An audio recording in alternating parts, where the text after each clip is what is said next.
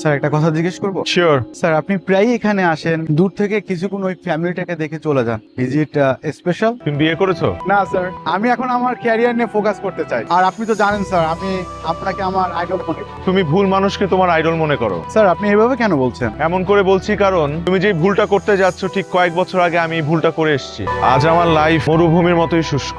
এখন আমি চলে এসেছি নিউ ইয়র্কের সব থেকে সুন্দর একটা জায়গা গেট। এর মানে হচ্ছে এখানে যত মিলেনিয়াররা আছে তারা এখানে দৌড়াতে আসে। মানে আপনি গুজব ছড়াচ্ছেন কেন? এমনিতেই বাংলাদেশে গুজবের ছড়াছড়ি, ফেসবুকে ঢুকলেই গুজব আর গুজব। আমি আপনাকে গ্যারান্টি দিয়ে বলতে পারি যে আমি আপনাকে যে আমেরিকাটা দেখাবো সেটা আপনাকে আর কেউ দেখাতে পারবে না। একটা মিউজিয়াম থেকে শুরু করতে পারি। আমি আপনাকে চিনি না, জানি না, হুট করে কেন আপনার সাথে মিউজিয়ামে যাব ঘুরতে? আপনি যদি আমার সাথে ঘুরতে যান তাহলে আপনার ব্লগের হেল্প হবে। দ্যাটস মাই কার।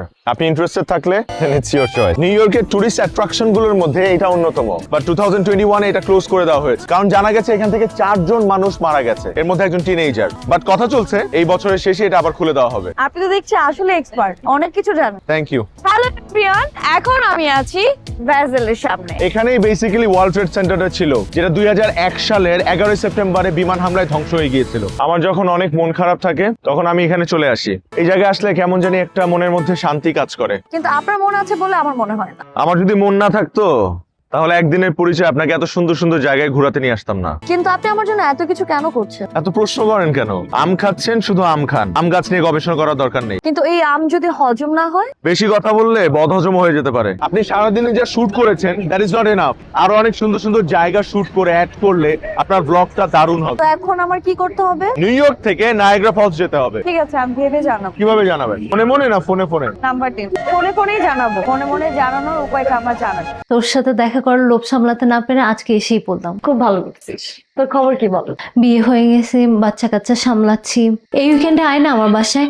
আমার যত বাঙালি প্রতিবেশী আছে সবাই তোর সাথে দেখা করতে চায়। সরি বান্ধবী, উইকে তো পারছি না। তবে আমি তোকে কথা দিচ্ছি, নেক্সট উইকে আমি অবশ্যই দেখা করবো। কোথায় যাচ্ছিস? ভেবেছি এইবার একটা ব্লগ বানাবো, পুরো নিউ ইয়র্ক নিয়ে একটা ব্লগ বানাবো, আর নিউ ইয়র্ক থেকে নায়গা যাত্রা একটা ব্লগ বানাবো। তাহলে কার সাথে? ওই যে আমি তোকে বলেছিলাম না, আম গাছ ছেলেটা যাবে আমার সাথে।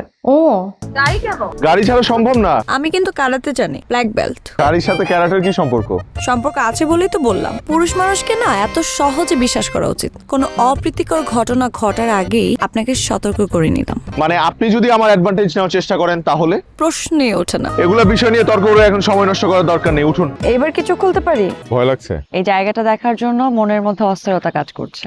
ওকে। ও মাই গড, বিউটিফুল। বলেছিলাম না আপনাকে চমকে দিব। ও মাই গড, অ্যামেজিং। ট্রাস্ট মি, একটা গালি দেন আপনার ভালো লাগবে। আসলে ট্রাই করে দেখেন। শয়তান, জানোয়ার। ভালো লাগছে।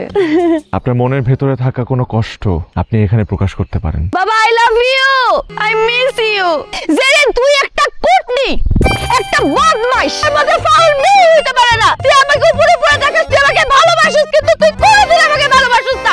তুই আসলে ডাইনি, শয়তান, বদমাইশ, কুত্তা, জানোয়ার। এই জেরিনটা আবার কি? আমার বেস্ট ফ্রেন্ড। আচ্ছা, এই জেরিনেরটা আরেকবার বলেন তো, আমি ভিডিও করে ব্লগে ইউজ করবেন।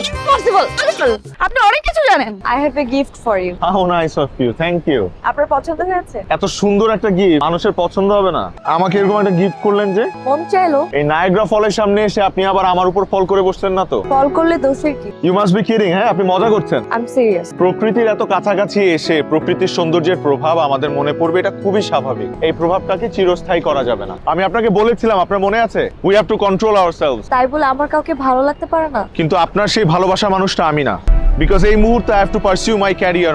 My life is not in a stable situation. আমার এখন ক্যারিয়ারে ফোকাস করতে হবে। প্রেম, ভালোবাসা অথবা বিয়ে, বাচ্চার ডাইপার চেঞ্জ করা আমার পক্ষে সম্ভব না। I am really sorry. আপনি বরং অন্য কাউকে দেখেন। আপনার সাথে আমার জার্নি এখানে শেষ। Goodbye. কোথায় যাচ্ছেন আপনি? Okay fine, you can go to hell, stupid emotional full.